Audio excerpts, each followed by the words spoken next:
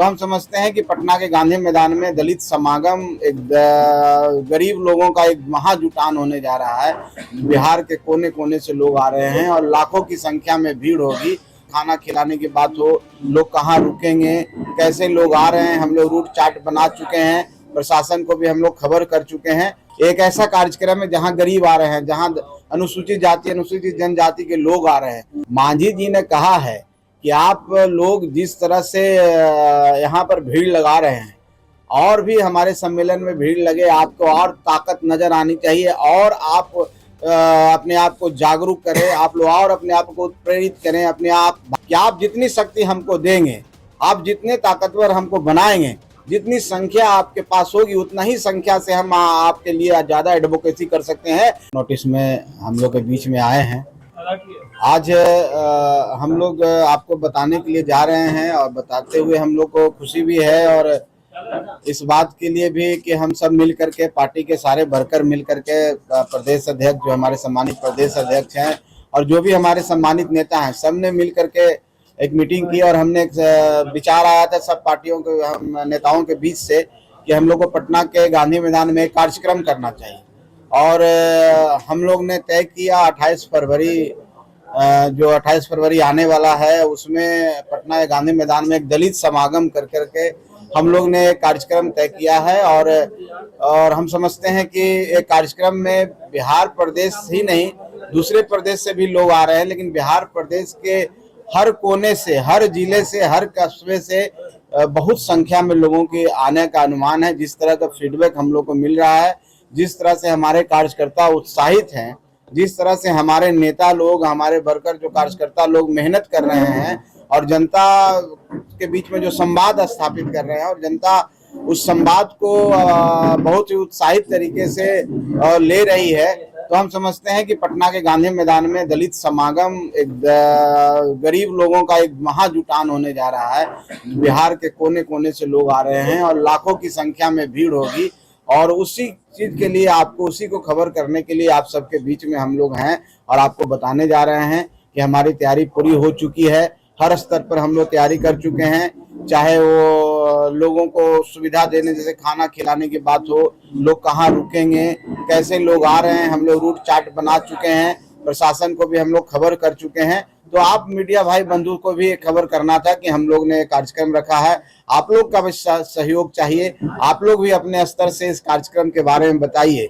एक ऐसा कार्यक्रम है जहां गरीब आ रहे हैं, जहां अनुसूचित जाति अनुसूचित जनजाति के लोग आ रहे हैं, उनके बीच में चेतना जाएगी तो निश्चित तौर पर उनको जागरूकता मिलेगी, तो राजनीतिक भागीदारी में अपने आप को सुनिश्चित करेंगे, बढ़ाएंगे अपनी राजनीतिक भागीदारी, राजनीति में बढ़ चढ़ के हिस्सा लेंगे। और जब तक दलित समाज, जब तक पिछड़ा समाज, जब तक गरीब समाज राजनीति में सक्रिय नहीं होगा तो हम समझते हैं कि जो डेमोक्रेसी, ट्रू डेमोक्रेसी का मतलब है, पूरा नहीं होगा। इसलिए हिंदुस्तानी अवाम मोर्चा सेकुलर पार्टी ने इसका नाम दिया है दलित समागम। जो समाज के सबसे पिछड़े लोग हैं, जो सबसे नीचे पैदान पर हैं, वो आकर के अपनी भागीदारी सुनिश्चित करें, अपना हक और अधिकार मांगे, तब जाकर के इस राज्य का भी विकास होगा और तब जाके देश का विकास होगा। क्योंकि आप किसी समाज को छोड़ करके राज्य और देश का विकास नहीं कर सकते हैं। तो एक प्रयास हम पार्टी के द्वारा हुआ है, हमारे साथियों के द्वारा हुआ है, हमारे नेताओं के द्वारा हुआ है, इसी के बारे में बताने के लिए आप सबको हम लोग बुलाए हैं।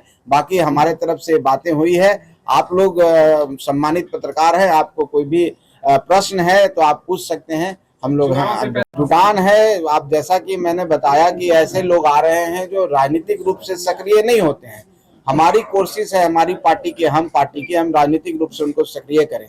और जाहिर सी बात है, चुनाव आने वाला है और चुनाव आने वाला है, अगर चुनाव में हम जिनका एक बहुत बड़ा वोट है और वो वोट अगर सक्रिय नहीं होंगे तो निश्चित तौर पर हम गठबंधन में हैं और जिस गठबंधन में हम हैं और जो मुहिम लेके हम लोग चल रहे हैं, एनडीए की सरकार को और मजबूत करना है और बड़ी संख्या में हमको जीत के आना है। जो केंद्र की योजनाएं हैं, जो यहाँ की योजनाएं हैं और आए, तो उसमें उनकी भागीदारी कैसे हो, जब तक वो राजनीतिक रूप से सक्रिय नहीं होंगे, वो राजनीतिक रूप से सशक्त नहीं होंगे, तो हम समझते नहीं होगा। इसलिए ये कार्यक्रम हम लोग कर रहे हैं। ये शक्ति प्रदर्शन नहीं कह करके हम कह सकते हैं कि हम उनको जागरूक कर रहे हैं। और जागरूक करने का एक चुनाव एक बढ़िया माहौल होता है, एक प्लेटफॉर्म होता है जहां पर आप कोई चीजों को जल्दी जल्दी कर पाते हैं। सुनील सिंह की जो सदस्यता की आवश्यकता है, एकजुट होकर शक्ति दिखाने की आवश्यकता है। मांझी जी तो घूम घूम कर कह रहे थे दिल्ली में जिस तरीके से सीटें नहीं मिली। देखिए, आप लोग फिर इसको गलत इंटरप्रेट कर रहे हैं। दिल्ली में हमने मांगा ही नहीं तो सीट मिलने की कहाँ बात है।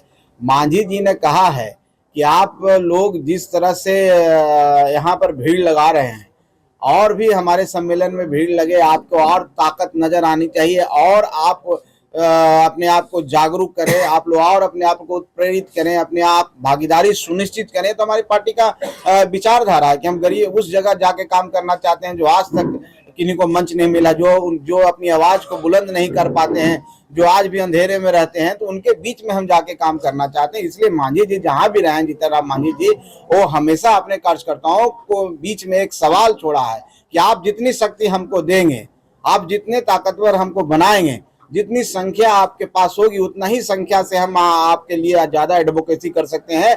और उन्होंने एक बात कहा था कि आप हमको इतना सीट दीजिए। हाँ, हम कोई गठबंधन से सीट नहीं मांग रहे थे, हम जनता से मांग रहे थे। जमहूरियत में जनता मालिक होती है और उनके बीच में हम कह रहे थे कि आप जिस तरह से आप आज यहाँ मजबूत दिख रहे हैं और मजबूत बनिए और जागरूक बनिए और संख्या में आइए। आपकी संख्या, आपकी मजबूती हमको मजबूती प्रदान करेगी और हम आपके एडवोकेसी करते हैं तो हमको भी बल मिलेगा।